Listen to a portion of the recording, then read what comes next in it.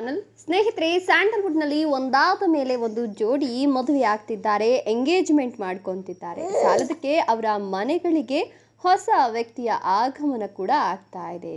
ಹೌದು, ಇದೀಗ ಮಂಡ್ಯ ರಮೇಶ್ ಅವರ ಸರದಿ ಅಂತ ಹೇಳಿದ್ರೆ ತಪ್ಪಾಗ್ಲಿಕ್ಕಿಲ್ಲ. ಹೌದು, ಮಂಡ್ಯ ರಮೇಶ್ ಅವರ ಮನೆಯಲ್ಲಿ ಇದೀಗ ಸಂಭ್ರಮ ಮನೆ ಮಾಡಿದೆ. ಅವರ ಮಗಳ ಕಡೆಯಿಂದ ಮಂಡ್ಯ ರಮೇಶ್ ಅವರಿಗೆ ಸಿಹಿ ಸುದ್ದಿ ಸಿಕ್ಕಿದೆ. ಹಾಗಾದ್ರೆ ಮಂಡ್ಯ ರಮೇಶ್ ಅವರ ಮಗಳು ಮದುವೆ ಆಗ್ತಿದ್ದಾರಾ?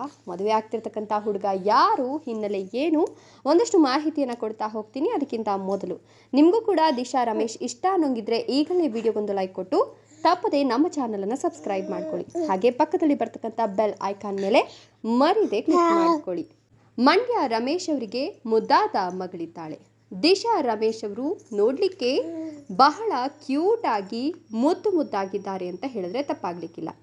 ದಿಶಾ ರಮೇಶ್ ಅವರು ಕೂಡ ಅಪ್ಪನಂತೆ ಅಚ್ಚುಕಟ್ಟಾದಂತಹ ಕಲಾವಿದೆ. ರಂಗಭೂಮಿಯಲ್ಲಿ ಸಕ್ರಿಯರಾಗಿರ್ತಕ್ಕಂಥ ಈಕೆ ಇದೀಗ ಸಾಕಷ್ಟು ನಾಟಕಗಳಲ್ಲಿ ನಟಿಸಿದ್ದಾರೆ.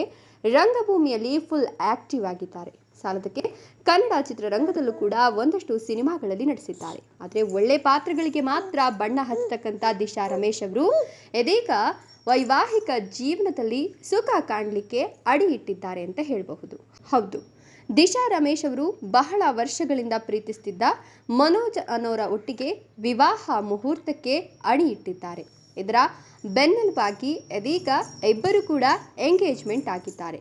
ಇನ್ನು ಮನೋಜ್ ಅವರು ಕೂಡ ಮೂಲತಃ ರಂಗಭೂಮಿ ಕಲಾವಿದರು, ಸಾಲದಕ್ಕೆ ಬರಹಗಾರರು ಹೌದು. ಅನೇಕ ವರ್ಷಗಳಿಂದ ಈ ಜೋಡಿ ಪ್ರೀತಿಯಲ್ಲಿತ್ತಂತೆ. ಸದ್ಯ ಮನೆಯವರ ಒಪ್ಪಿಗೆ ಪಡೆದು ಈ ಜೋಡಿ ಇದೀಗ ನಿಶ್ಚಿತಾರ್ಥದ ಮುದ್ರೆಯನ್ನು ಒತ್ತಿದ್ದು ಮುಂದಿನ ದಿನಗಳಲ್ಲಿ ಮದುವೆಯಾಗಿ ಸುಖ ಜೀವನ ನಡೆಸ್ತಾರೆ.